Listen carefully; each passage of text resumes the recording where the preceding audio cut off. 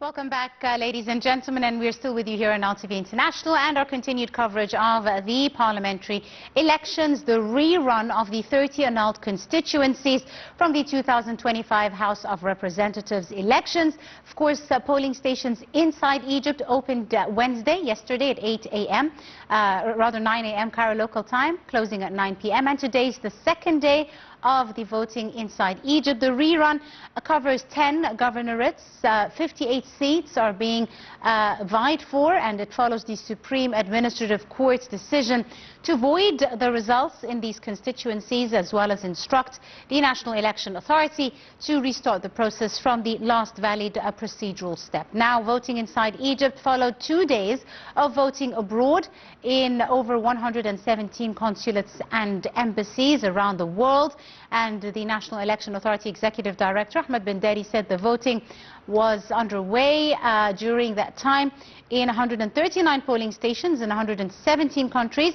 He said that the National Election Authority is fully implementing the court's rulings, of course, which stem from 30 judicial decisions that nullified the outcomes of the initial votes in the constituencies of Giza, Bahira, Alexandria, Minya, as well as Asyut, Suheg, Fayoum, the New Valley, and Aswan and Luqsor. Now, these affected constituencies also include some major urban areas, for example, Giza and Du'i, 1st October area, Al Umraniya, as well as 1st Aswan, and several rural constituencies in Upper Egypt, as well as the Western Desert. Now, the rerun phase is taking place amid, of course, heightened legal scrutiny of the wider electoral process. And for more on this, we're delighted to be joined over the telephone by our guest, His Excellency Ambassador Gamal Bayoumi, the former Assistant to Foreign Minister. A very good afternoon to you, Mr. Ambassador.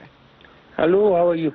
Fine, thank you, sir, and thank you, Your Excellency, for joining us on Nile TV International for our coverage. Let me start by asking you, Mr. Ambassador, how do you see Egyptians voting in their numbers, really, in the second day of the reruns of the first phase of the parliamentary elections across the different governorates? It seems that people are encouraged more and more to support their candidatures. Yes. And it drew my attention to categories. It's quite obvious on the line of voters. Ladies are now voting. Yes. Which is really, it was an aim during my young years. Yes. I was fighting when I was in the secondary school in a debate to allow ladies to vote. Ladies, until the revolution of '52, didn't have the right to vote. Yes. Another category is our young generation. I want to encourage them to involve themselves in our political life, because really we lack more and more supporters to the process of our development, our aims, in order to give a good push to whatever our government is doing. And I am not proud to say that I don't know some 3 names of parties. They have to be more active to show themselves until an old guy like myself can know who is who. Yes, Mr. Ambassador, on that note, how do you feel about quotas, that have been set for women to ensure their participation, to ensure their presence, whether in party lists or in parliament or political life in general in Egypt? The percentages put for women. Yes, it's good, but we are ambitious, and we're looking forward to make it much better. Also, young people, I want them to come forward and to give their vote. So we are ameliorating, but I think during the problems of the whole world, we are not moving enough.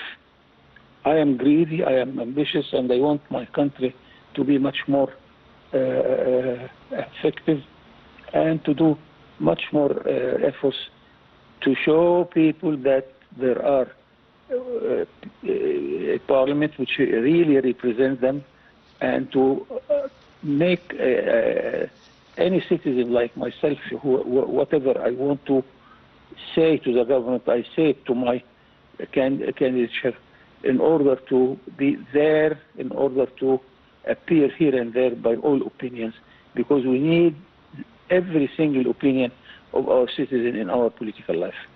Absolutely, Mr. Ambassador. Now, how do you see, the National Election Authority, of course, has upheld the rule of law and the court's decisions and held the reruns, rather. How do you see this reflecting, Egypt's commitment with regards to strengthening democratic institutions in Egypt, as well as ensuring a smooth democratic process as a whole? It is a very long practice. We are famous of practicing democracy, and we do not lack laws or constitution to organize this process. Mm-hmm. And I think we are doing fine. And really, Egypt has a good reputation concerning this matter. Mm-hmm. But still, there is room always for more and more development. Mm-hmm. And how do you see this decision and the recent reforms by the National Election Authority contributing really to enhancing the public confidence with regards to the electoral process as a whole? I appreciate every development there and every more and more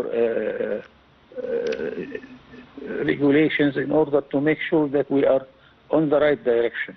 Because this is also a way to encourage people to come forward and to vote, otherwise they hesitate. So I want also the authority to be involved and to show us that they are following whatever is going on and to make the whole process much more better. Indeed. Now, Mr. Ambassador, of course, the members of parliament and the newly elected members of parliament have a very big role to play. They contribute to reinforcing national cohesion. They are the Egyptian citizens' voice, especially during a very critical phase with regards to the Egyptian political roadmap. How do you see the role that they have and the shoes they have to fill in the upcoming years? Very important, and I follow this since I was a young guy in our secondary school, mm-hmm. because my grandfather and my father was pushing us to go and to participate even before having the right to vote. Mm-hmm. And we are doing this because in my city, Damietta, it is a very active city concerning political life, and we have special families who were used to represent Damietta, and we trust them. Look, the reputation of a good family, and we have a certain family, and the head of this family was always representing my city. Then when he passed away, anybody with the name of this family, we vote for him. So this is a matter of trust, and we are doing a good practice concerning this.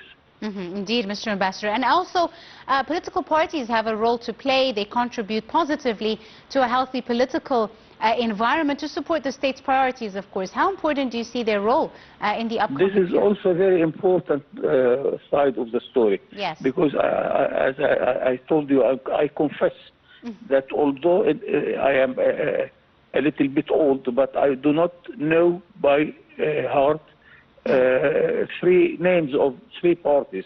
This is not good, mm-hmm. and I want them to be more active, to appear in the street, to appear everywhere, mm-hmm. to see them, to see that we have really political parties which are doing the job. Indeed. Now, of course, as with other rounds, this time round, we've seen the election monitoring system very closely scrutinized. We've seen observers from civil society, from NGOs, etc., attending and making their rounds to ensure that the voting process is smooth and transparent. How important do you see the participation of such organizations, NGOs, and members of civic society as well? We welcome them, and we must welcome them, mm-hmm. because we have nothing to hide. Yes. We have very good reputation concerning what we call human rights, and it's a part of the human rights. And here Egypt has a good reputation, but I want our politicians to be a little bit aggressive when we talk to foreign guys coming to try to teach us what is human rights. No, we teach everybody what is human rights because we have very good reputation, and we want to impose human rights for the sake of Egyptians, not to please any foreign guy or any foreign organization. And there are parts of this human rights which we will never agree. And I was involved in this process in the dialogue between Egypt and the European Union. And the head of the European Union delegation came to me, asked my permission to raise the idea of marrying the same kind. I told her, you can of course raise the question, but you will have a big no. But I warn you, the big no is not your problem. Mm-hmm. Your problem that if Egyptians know that the European Union is supporting marrying the same kind, then we shall hate all of you and we don't see your face. Mm-hmm. So that's why really in our agreement with Europe, it is that every side will respect human rights, taking in consideration the differences between different cultures. Absolutely, absolutely. Right, on that note, I'll have to leave it at that. Your Excellency, Ambassador Gamal Bayoumi, former Assistant to Foreign Minister, thank you very much, sir, for your time and insight and for joining us this afternoon on our special coverage. Ladies and gentlemen, do stay tuned. We'll be right back at the top of the hour with the hour's top stories.